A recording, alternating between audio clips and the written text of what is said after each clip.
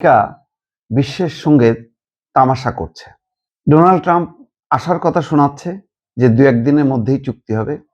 আর তার প্রতিরক্ষা মন্ত্রী হেক্সেট তিনি হুমকি-ধামকি দিচ্ছেন। এটা ইচ্ছা করে একটা সাজানো নাটক। মানে মধ্যপ্রাচ্যকে বা ইরানকে তারা শান্তিতে থাকতে দেবে না। এটা হলো মূল কথা। দেখেন এখানে কি বলছে হেক্সেট যে ইরানের বেসামরিক অবকাঠামোতে হামলার বিষয়ে আবার হুঁশিয়ারি দিচ্ছেন। কেন? বেসামরিক অবকাঠামোতে হামলা মানে এটা তো যুদ্ধাপরাধ। সেটা কেন দেবে? এটা কি যুদ্ধের গতি প্রকৃতি হইতে পারে? বৃহস্পতিবার হেক্সেট বলেন, ওয়াশিংটন এবং তেহরানের মধ্যে যুদ্ধবিরতি ভেঙে গেলে ইরানের বিদ্যুৎ অবকাঠামোতে হামলা চালানো হতে পারে। মানে তাদের মতন করে চুক্তি করতেই হবে। এছাড়া উপায় নেই। হেক্সেতের এই হুমকির কিছু আগেই মার্কিন প্রেসিডেন্ট ডোনাল্ড ট্রাম্প ইরানের সঙ্গে শান্তি চুক্তির বিষয়ে আশা প্রকাশ করেন। তিনি বলছেন, আমরা ইরানের সঙ্গে চুক্তির খুব কাছাকাছি পৌঁছে গেছি। মার্কিন প্রতিরক্ষা দপ্তরের পেন্টাগনের সাংবাদিকদের ব্রিফিং এ হেক্সেট বলছেন যে ইরানের নতুন শাসক গোষ্ঠী যদি ভুল সিদ্ধান্ত নেয়, এটা নাকি নতুন শাসক গোষ্ঠী। আসলে তো এটা তো পুরনো শাসক গোষ্ঠীর ধারাবাহিকতা। কিন্তু ইরান জোর করে বলতে চায় যে না, তারা পুরনো যে শাসক গোষ্ঠী অর্থাৎ ধর্মীয় নেতা সে তো মারা গেছে।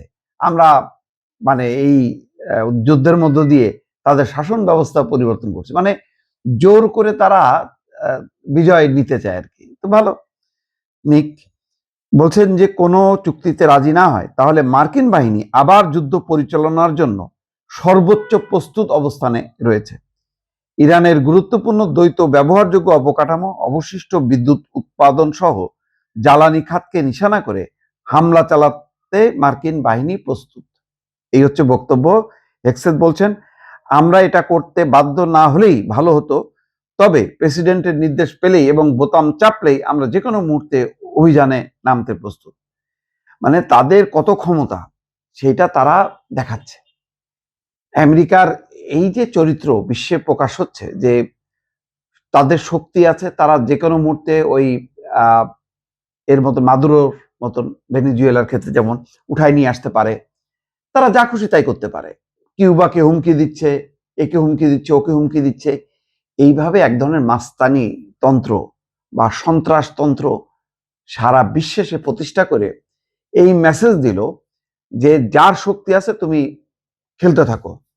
সেই কারণে আমেরিকার এই দৃষ্টিভঙ্গির কারণে এখন দেখেন গত ১ মাসে রাশিয়ার প্রতি কি আর একটা অনুরোধও করছে ট্রাম্প যে ইউক্রেনে আর যুদ্ধ করো না, বন্ধ করো? গত ৪০ দিনে একটা শব্দ পাবেন না। কারণ সে নিজেই তো ইরানের উপর অত্যাচার চালাচ্ছে। ইরানের উপর একতরফা যুদ্ধ চালাই দিছে। ইরানের উপর গণহত্যা দিয়ে শুরু করছে যুদ্ধ। এবং এখন অবরোধ করছে। আজকে আবার বলতেছে যে না, আমরা হরমুজ প্রণালী অবরোধ করিনি। আমরা বন্দর অবরোধ করছি। কিন্তু এই বন্দর অবরোধ করা মানে তো হরমুজ প্রণালী বন্ধ হয়ে যাওয়া। এরকম নানা ধরনের একেকজন একেক রকম কথাবার্তা বলে একটা অস্থিরতা তৈরি করা, এই পরিস্থিতির মধ্যে তারা যাচ্ছে। আর বিশ্ব হা করে দেখতেছে। কারণ আমেরিকা শক্তিধর দেশ, তার শক্তি আছে, তার অর্থ আছে, তার অস্ত্র আছে। কেউ কিছু বলতে পারছে না তাদের।